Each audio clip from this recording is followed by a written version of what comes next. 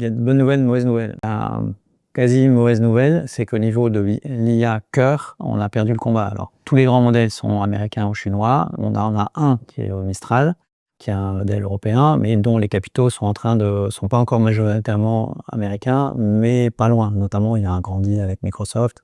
Donc, on voit bien qu'aujourd'hui, sur vraiment le cœur de l'IA, on est potentiellement en Europe en train de perdre le combat. Mais il faut quand même pas désespérer dans le sens où l'IA, en fait, il y a 3 couches. Vous avez le cœur, c'est les modèles, donc les large language models, donc c'est vraiment les modèles. Donc on a vu américain, chinois et un seul européen, mais à moitié français.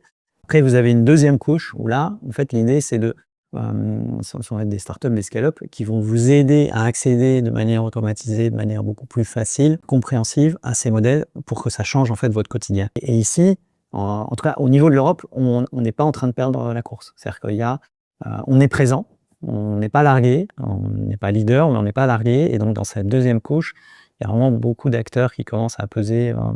Et donc ça, c'est plutôt une bonne nouvelle parce que ça, évidemment, ça me permet d'avoir un peu de souveraineté, sachant que, comme la plupart des modèles maintenant ont mis des modèles open source, en fait, une boîte qui est dans la deuxième couche, donc qui utiliserait les modèles open source, même si c'est un modèle américain, lui, c'est une structure qui est totalement autonome et qui ne dépend plus ni des Américains ni des Chinois. Donc, les nouvelles ne sont pas si mauvaises et on peut se réjouir en fait d'une certaine décentralisation de l'IA, ce qui est quand même assez nouveau.